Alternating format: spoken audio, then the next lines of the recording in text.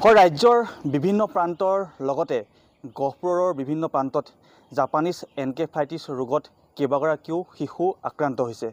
ইতিমধ্যে 3গৰাকীকৈ শিশু চিকিৎসালয়ৰ পৰা সুস্থ হৈ ঘৰলৈ আহিছে, কিন্তু অত্যন্ত লক্ষণীয় আৰু গুৰুত্বপূৰ্ণ যে বৰ্তমান 2গৰাকীকৈ ব্যক্তি পুনৰ আক্ৰান্ত হৈছে। এই মুহূৰ্তত মই গহপুৰৰ মেলেৰিয়া বিভাগৰ কাৰ্যালয়ৰ সন্মুখত আছোঁ আৰু কেইবাগৰাকীও মেলেৰিয়া বিভাগৰ ব্যক্তি আছে। আমি কথা হ'বলৈ চেষ্টা কৰিম কি পদক্ষেপ গ্ৰহণ কৰিছে, কি সজাগতাৰ প্ৰয়োজন এই ৰোগবিধৰ পৰা হাত সাৰিবৰ বাবে আমি কথা চেষ্টা কৰিম। মই আপোনাৰ মাজলৈ অকণমান আহিছোঁ। কওকচোন, ৰাজ্যৰ বিভিন্ন প্ৰান্তত দেখা গৈছে জাপানীজ এনকেফালাইটিছৰ প্ৰাদুৰ্ভাৱ।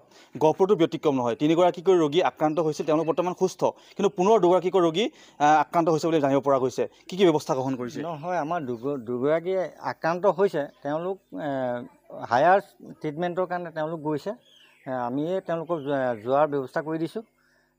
বৰ্তমান তেওঁলোক চিকিৎসাধীন, কিন্তু এই পৰ্যন্তলৈকে তেওঁলোকৰ কোনো তেনেকুৱা জাপানী এনকেফালাইটিছ বুলি আমি মানে পজিটিভ হেৰিটো পোৱা নাই। মানে আমাৰ সন্দেহ আছে তেওঁ হয়তো হ'ব পাৰে। সেইকাৰণে আমি ততাতৈয়াকৈ আমি তেওঁলোকক এডমিশ্যন হায়াৰ মানে ট্ৰিটমেণ্টৰ কাৰণে পঠাই দিছোঁ।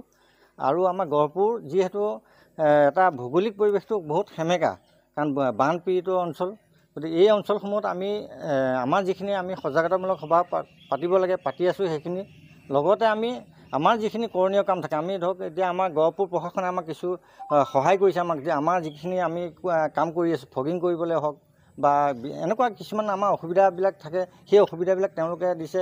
বা আমাৰ ডিপাৰ্টমেণ্টৰ হেডৰ পৰা আমি ডিষ্ট্ৰিক্ট মেলেৰিয়া অফিচৰ পৰাও আমি কিছু সহায় পাইছোঁ, কাম কৰিবলৈ আমি উৎসাহ পাইছোঁ। গতিকে আমি গহপুৰ সেইটো ছাইডৰ পৰা আমি কাম কৰি ভাল পাইছোঁ। আমি দলে বলে আমি আজি বানপীড়িত এলেকাতে হওক বা যিখিনি মেলেৰিয়া বা ডেংগু যেই হ'ব পৰা এলেকাসমূহত আমি তাত ফগিঙৰ ব্যৱস্থা কৰিছোঁ। গহপুৰ পৌৰসভাই আমাক সহায় কৰিছে। গহপুৰত মুঠ প্ৰায় শতাধিক 100তকৈ অধিক গাঁও বানত প্লাবিত হৈছিল, আৰু সেইসমূহ গাঁৱত জাপানীজ এনকেফালাইটিছ ৰোগটো হোৱাৰ যথেষ্ট সম্ভাৱনা আছে। সেই অঞ্চলবোৰত কিবা ব্যৱস্থা কৰিছে নেকি? সেইটো কাৰণেই আমি আজি যিখিনি আমি সেই একশ্যন প্লেন আমি এটা তৈয়াৰ কৰি লৈছিলোঁ যে আমাৰ এই অঞ্চলসমূহত যিহেতু বানপীড়িত এলেকা, সেই বানপীড়িত এলেকাত আমাৰ মহৰ বংশবৃদ্ধিটো বেছি হ'বই।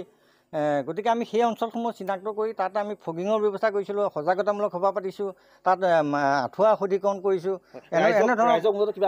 আমি ৰাইজক এটা কথাই আমি আহ্বান জনাম, তেখেতসকলে এইকেইটা দিন যাতে খুব সাৱধানে থাকে, তেওঁলোকক যাতে মহে কামুৰিব নোৱাৰে তাৰ কাৰণে সন্ধিয়া জাক দিয়ক, সদায় শুওঁতে আঁঠুৱা ব্যৱহাৰ কৰক।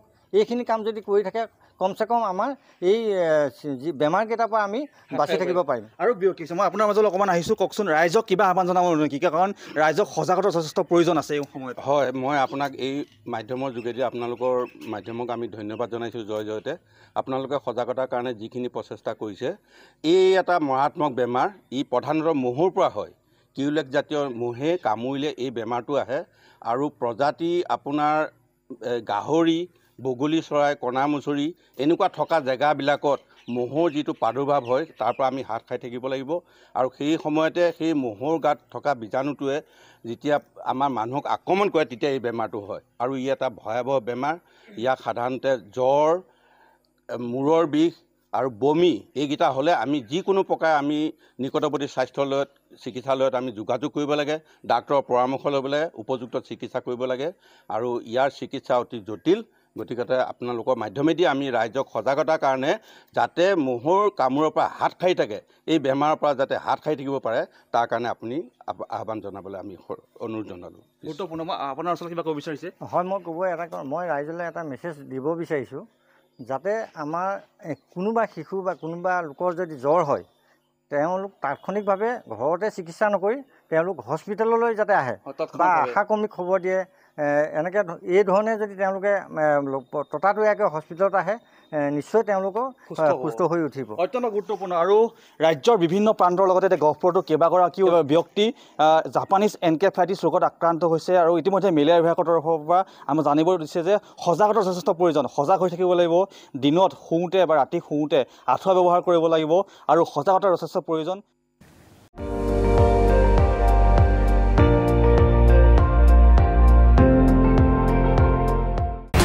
আপুনি চাই আছে ND24, সৰ্বশ্ৰেষ্ঠ নহয়, সৰ্বোত্তমৰ দৌৰা।